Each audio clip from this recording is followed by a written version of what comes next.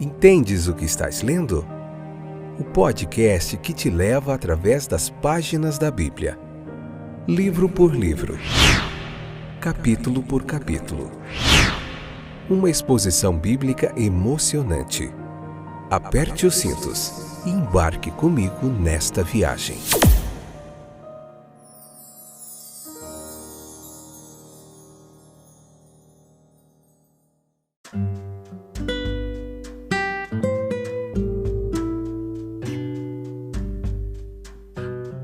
Olá, estou de volta. Como vai você? Tudo bem?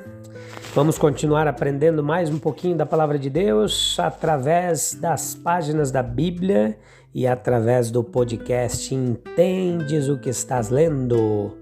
Hoje episódio de número 70. Gênesis capítulo 47, a parte 2. Continuamos falando de José, da família de José. Vamos lá então. Então hoje nós vamos ver um pouquinho sobre essa política de José ali como uma espécie de primeiro-ministro, de governador ali no Egito, né? A política de José ela é fielmente empregada pelo seu monarca, né? A vantagem tirada das necessidades do povo para aumentar o poder do trono, ela é bastante oriental em seu caráter, né? E não recomendado para imitação geral, mas permitido para ser retirado por meio de José, porque deu a ele maior controle sobre o governo e talvez tenha trabalhado de forma benéfica em geral naquele período inicial ali da civilização. A honra do sacerdócio é um testemunho da sacralidade que os egípcios atribuíam às pessoas e coisas religiosas. As primeiras nações foram as mais religiosas e não há dúvida de que a universalidade da religião pode ser rastreada dentre todas as tribos da terra. Uma nação ateísta, ela nunca existiu, né? Na verdade, em sua essência. Até esses sistemas totalitários e de governos ditatoriais, eles prestam cultos a seus próprios governantes, né? Adorando eles como deuses.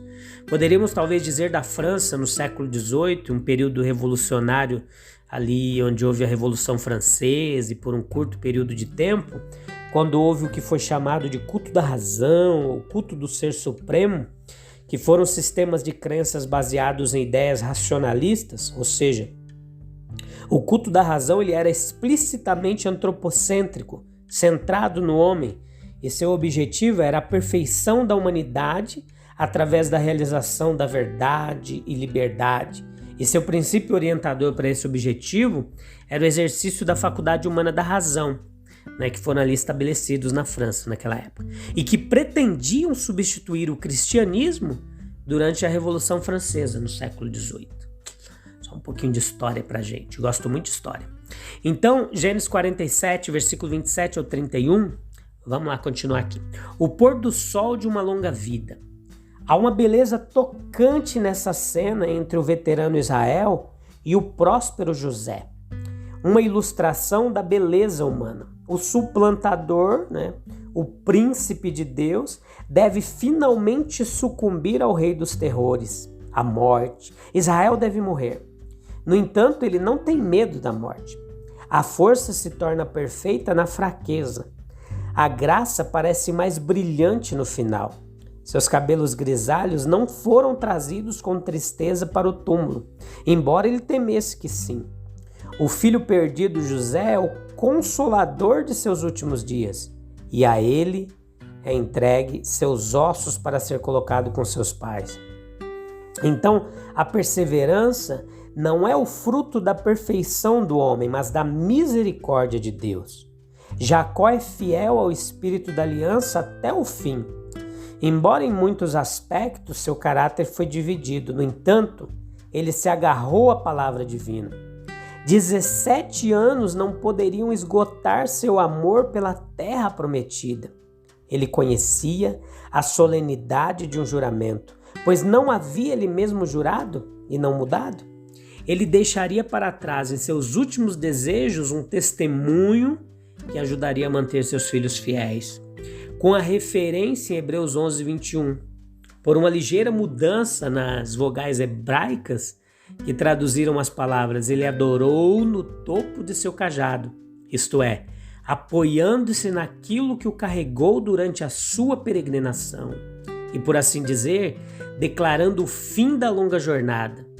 Mas se ele se voltou para a cabeceira da cama, longe do mundo em direção a Deus, ou se apoiou em seu cajado, a ideia é a mesma. Ele se curvou, como Simeão dizendo: agora, Senhor, permite que teu servo morra em paz. Né? Então, a apreensão de Jacó, em 47, 28 ao 31, não era uma preocupação com sustento temporal, né? Que espécie de medo ele sentiu ali, pois isso havia sido generosamente garantido a ele por seu filho José. Ele não se preocupava com a sorte futura de sua família, pois esta havia sido graciosamente colocada sob a proteção de Deus. Não era incerteza quanto à sua aceitação pessoal por Jeová, pois disso ele já há muito tempo estava assegurado. Não era o medo de sua morte se aproximando, pois além de ser um pensamento com o qual Jacó estava muito familiarizado, para um peregrino cansado como ele, o evento em si não seria totalmente indesejado. O que era terrível para ele era que seu corpo sem vida fosse enterrado no Egito, longe dos túmulos de seus ancestrais na Terra Santa. De onde surge aqui o seu medo? Do instinto profundamente arraigado na natureza humana, que faz com que os homens desejem, se possível, ser enterrados ao lado de seus pais e amigos. Embora a religião nos ensine a acreditar que cada lugar da terra é de uma maneira um solo sagrado, ainda assim não induz um espírito de indiferença quanto ao último lugar de descanso onde nos deitaremos. Então, é uma fé firme na promessa divina, ali por Jacó, de que seus descendentes ainda retornariam a Canaã. Isso é importante, que só vai acontecer 400 anos depois. Mesmo que Jacó não previsse que isso ocorreria imediatamente, como é provável, ele já tivesse pressentimentos sombrios de que o período de exílio e servidão falado por Jeová a Abraão estava para começar. Ele ainda foi capaz de detectar uma fresta de esperança para ver o tempo feliz além, quando seus filhos, de acordo com a promessa, deveriam retornar para sua herança abandonada. Então, como foi removido o medo ali de Jacó? Pela promessa de José, que foi solicitado por seu pai idoso para transportar seu corpo de volta para Canaã, quando a vida se fosse. José solenemente se compromete a realizar os desejos daquele pai ao pé da letra: eu farei o que você disse. E pelo juramento de José, como se quisesse remover todos os possíveis motivos de apreensão, o velho ainda amarra seu filho por meio de um apelo ao céu, e ele disse: jura-me. E ele jurou-lhe.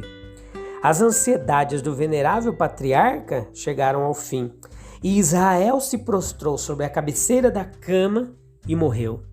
Aos 147 anos, depois de passar 17 anos no Egito.